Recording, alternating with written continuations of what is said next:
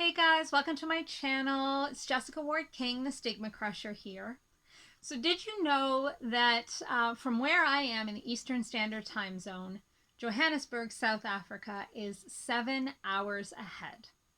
Why am I telling you this? Because I am going to be heading to South Africa for the Christmas season to visit with my wife's family. And this trip is huge in terms of, well, for one thing, the travel there with all the layers and all the stops is around 30 hours, crossing all those time zones. And this is a huge risk for my particular mental illness, bipolar disorder, but for mental health in general. And so I want to talk today a bit about the whole travel situation, how this works for me in particular, and really just what our circadian rhythms and time and daylight does with regards to mental health, because it has a huge effect. So go back a step. We just had daylight savings time end. So we fell behind an hour, which means we got an extra hour of sleep in, well, where I am in the Eastern Standard Time Zone. For those of you that do not have to change time zones, I am so jealous, because we know that there are huge and not at all positive effects on the body and on the mind of changing time zones. Even if it's just an hour ahead or an hour behind, we know that there are more heart attacks. We know that there are more traffic accidents. We know that there are so many effects. The ERs are full to the brim around time zone changes. And anybody that has kids or pets or anyone that doesn't really have the kind of the knowledge about what the time zone shift is knows that they just keep getting up at the time that they would have anyway, and it takes them a few days to kind of acclimatize and get back into the swing of things. And it's a few days of crabby kids or really confused pets. Hey, it's a crabby me as well. But there's a danger there as well for mental health, and we do see that folks can be tipped into hypomanic or manic episodes or psychosis as a result of even just the 1 hour time difference. And when you're traveling and you're traveling across so many time zones, well, for one thing, the medication issue. For another thing, though, it's just the time zones. So trying to reset your body over a 30-hour period by 7 hours. They say for jet lag, just for a typical person, it takes 1 day per hour of time zone difference to adjust. And for folks with mental illness, and particularly illnesses like bipolar disorder, this can be much, much worse. And you may be wondering why. The quick answer to that is that we don't exactly know why the circadian rhythm and the sleep wake and the light dark cycle is so important, particularly for bipolar disorder. We don't exactly know. We have a lot of guesses, but we don't exactly know. We do know, though, that the rhythms of the body, the hormones, neurotransmitters, are entrained to a light dark cycle. And this happens in every human. We actually have particular sensors in our eyes that work even when our eyelids are closed, that tell us when it is light and when it is dark, and that tell us when we should wake up and when we should go to bed, and then consequently when we should be ramping up for the day, when we should be eating, when we should be resting, when we should be working. All of those things are trained to an internal biological clock. Folks that live in very northern or very, very southern regions near the poles, where they get excessive amounts of light or excessive amounts of dark, may find that they struggle with moods, particularly poor moods in the dark times and better moods in the light times, sometimes even going into hypomania in the light times. So we know that light is activating, which you would expect, because as humans who are diurnal, we like to do our things during the day when we can see. And that the nighttime is more depressing, reducing energy, trying to get you to calm down, which makes sense, because that's when, as diurnal creatures, we need to be sleeping. And so when you start messing with that and your body finds, hey, wait a minute, yesterday you were sleeping from this time to this time, and now today you're trying to shift it. And you try to do that on the regular basis, and it's not matching up what you were doing a minute ago with what your brain is seeing now, the light that your brain is seeing now. it can throw you into a tailspin. Now, I am flying east, so I'm flying into the sun, meaning that I am going to be seeing a lot more sunlight as I go into the sun. I'm going to be seeing a lot more sunlight, so a longer period of activation. That's going to cause my body and my brain to be more activated. So the hormones and neurotransmitters that need to be expressed when I'm supposed to be awake are going to be like, hey, wait a minute, and kind of go on overdrive, which will have the effect of making me more jittery, more anxious, more activated, more irritated.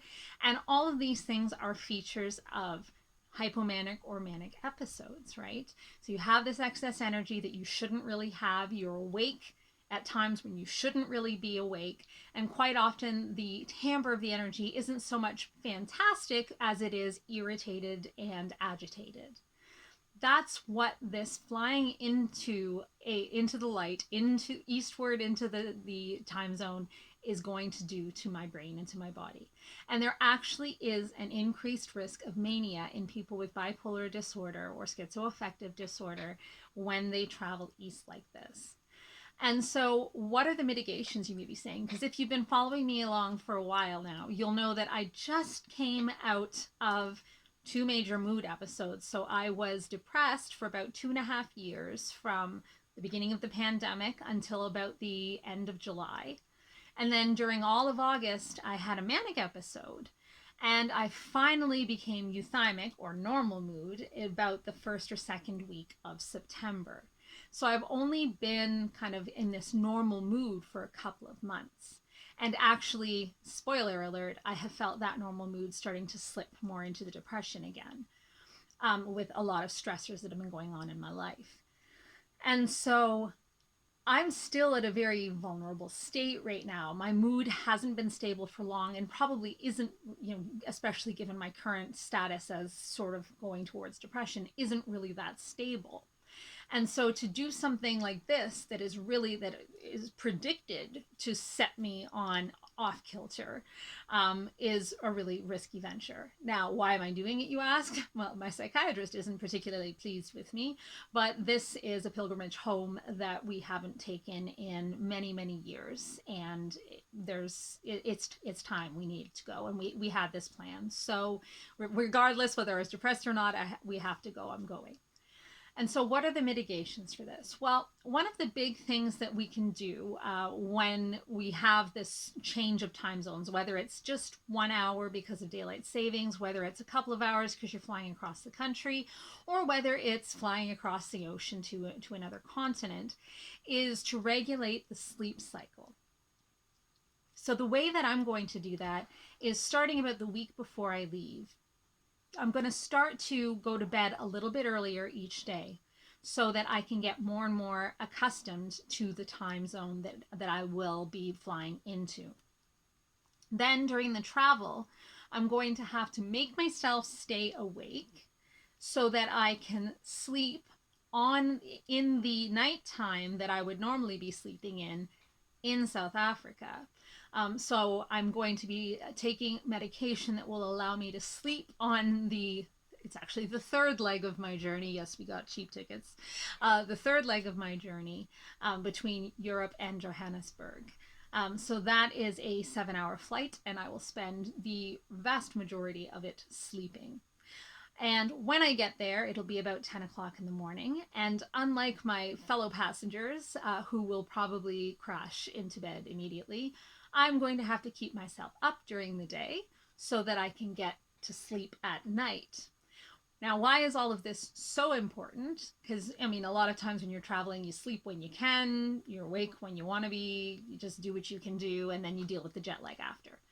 But trying to get on and keep some kind of, even if it's an artificial circadian rhythm, is going to be really important to keeping my hormones and neurotransmitters functioning as best they can and as normal as they can. There is still a very high risk that when I get there, I will tip into hypomania or mania. And in order to try to mitigate that risk, I am going to have on hand an abortive mood stabilizer, so lithium in this case, that we have found in the past has been really effective in stopping manic episodes for me. So I'll have some of that on hand just in case I find myself tipping into mania or hypomania. Now, on the way back, flying back into a very cold country that has very long nights, and will be snow, and we'll be flying back west, so we'll be flying into darkness. The chances are, instead of tipping into mania or hypomania or having too much energy, the chances are I'll get here and it'll drag me down. So you know how it is if you live in the northern hemisphere, and in Canada where I'm living, in the wintertime, there is that tendency towards what they call seasonal affective disorder, and this is linked to circadian rhythms as well in the light dark cycle. So in seasonal affective disorder, we find that when it's darker for more time in the day, so you can expect, where at the latitude that I'm living at, you can expect more than half the day to be spent in darkness at its peak, at the longest day and longest night. You'll find that as that happens and there's more and more darkness, you're going to work in the dark, you're coming home in the dark, that the mood will reduce, energy will reduce, and you'll find yourself going down towards depression. And I'll be flying back into that. And so the tendency for my mood then to slip into depression will be high. Now, fortunately, with that, I will be coming home to my care team, who will be here and available to help me, hopefully, keep myself out of that and rescue me from that if that happens. But that is what I'm risking coming back.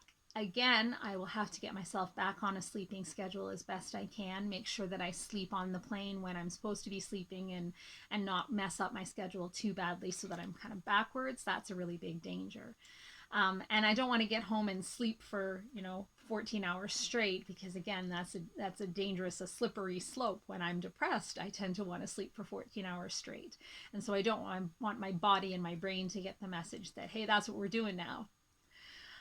What are some other things that we can do to take care of ourselves when we're traveling? So if you struggle with bipolar disorder like me, or even if you struggle with another mood or even an anxiety disorder, because let's face it, travel, especially these days, is hugely anxiety provoking.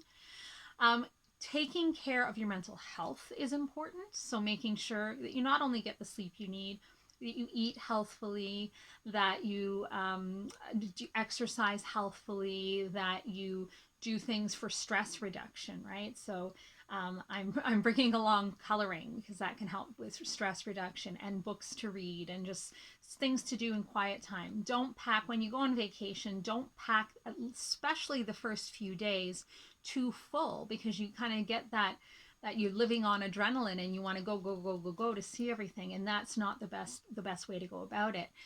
Experts advise actually that if you're traveling, particularly with a mood disorder, that you maybe even tack a couple of days on to the beginning of your vacation, so that you have a few days to acclimatize, just to rest, to take it easy, to eat some light food, to get some good sleep, and not to do anything too strenuous. The advice also when you get back is to take a couple days to recover from your vacation. Yes, vacations are supposed to be restful, and yes, vacations are supposed to be a lovely break, but you also need time to get back into the swing of things. And of course, when you get back, you've got to do groceries, you've got to do laundry, you've got to unpack, you've got to do, all of the things. So taking a few days when you get back as well, easing into and easing out of a vacation, basically, is what I'm saying. And so that's what I'm going to be struggling with. And I'm going to be gone for about a month. I am planning on having my videos go up every Friday, as they would normally be. So I've pre-recorded some videos for you. So do make sure to keep coming by to check them out. I'm also hopefully, if I get myself enough internet access, going to be posting shorts or mini vlogs while I'm there, to let you know, to talk about some of the issues that I'm seeing there, and talk about some of the things that I'm experiencing, and how I'm doing while I'm there. So please do check by for that.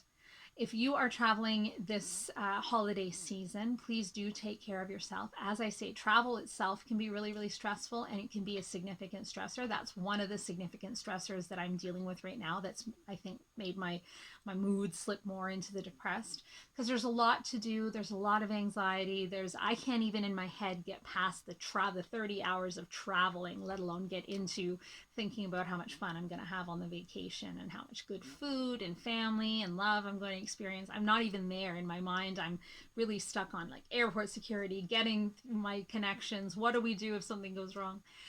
So there's a lot of anxiety. So be gentle with yourself. Take care of your mental health the best you can, and just go easy on yourself. At least that's what I'm going to be trying to do. Build in those extra days, build in that sleep and some healthy bodily habits as well. Take care of your physical health and just do the best you can. Remember that travel never goes as planned, and you know, as long as you have all of the plans in place to keep yourself healthy and well, that's the best that you can do. At least that's what I'm telling myself. So take care of yourself. I would love to see your comments about your holiday travel and travel in general, your experiences with travel. If you have been struggling with a mood disorder or anxiety disorder, or, you know, even just your experiences with sleep and time zones and all of those things that go along with it. I will always respond to your comments, even while I'm gone. So take care of yourselves, and I will see you in my next one. Bye. StigmaCrusher.